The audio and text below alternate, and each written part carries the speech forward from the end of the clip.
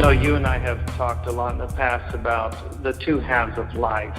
The first half of life being all about obtaining and becoming and grabbing hold of and amassing to yourself whatever it is.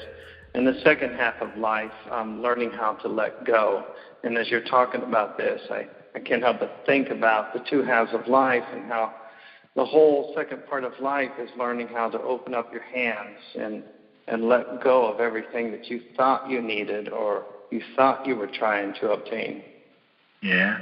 Well, I know you're big into studying about myth and mythology right now, and certainly one of the great themes of Joseph Campbell, who was the great mythologist. He was a famous writer and teacher of mythology, and his series with Bill Moyers that was on PBS is iconically known. But he talks about you have to be willing to get rid of the life you have in order to get the life that awaits you. Mm-hmm. And that's what happens in the myths. We have this dying and this resurrecting, and that's crucial. I was just reading Joseph Campbell this morning, actually, and one of the points he was making was that all mythology stories basically have the same plot. Right. Where you have a character who either through a mortal wound or some type of experience experiences then the other side of life, where everything is so different and he doesn't know how he fits in, he doesn't know why he's there, and eventually he's introduced to a god or a goddess type figure that gives him a gift. And with that gift, he fights his way back to his reality. But once he gets back into his old reality, he has a identity crisis. And now he has to figure out who he is and was what had just happened, was it all real?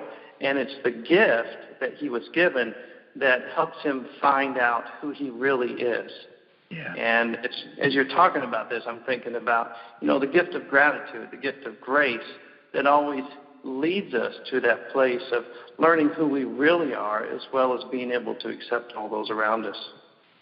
Yeah, so it sounds like you're reading the Hero with 10,000 Faces. Yes. Yeah, it's a great book. And look, we're all the hero in our own tragic stories. We're all on our mythical adventure, every human being. And so how do we, and the letting go, in the first half of life, second half of life, you also make me think of Richard Rohr. His book, Falling Upwards, talks about this. But I was just listening to some lectures of his. All of life is dependent upon death. Our living is necessitated by something dying, like the vegetables and meat that I ate last night was alive a little while ago.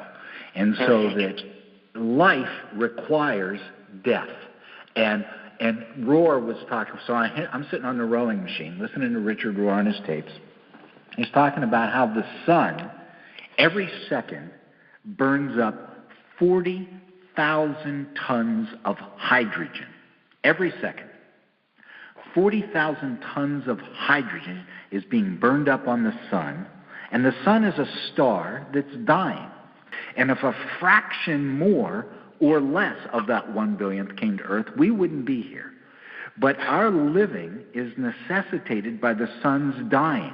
If the sun wasn't dying and doing that, we wouldn't have light and heat, and we wouldn't be alive. And then this is the beautiful point he makes on that. So just as the sun is dying and nurturing us and giving us life, he then ties it back to us. And we're dying. All of us, every day, we're getting closer to death. But what am I giving life to as I'm diminishing? As I am coming closer to my end, what am I nurturing? What am I giving life to? And I think that's a profound question. Really profound. And I have nothing profound to follow that with. Pretty profound, isn't it? Yes, it is. I'd say when you hit profound, there's the best response to profound is silence. It's silent. Dear brother. Absolutely.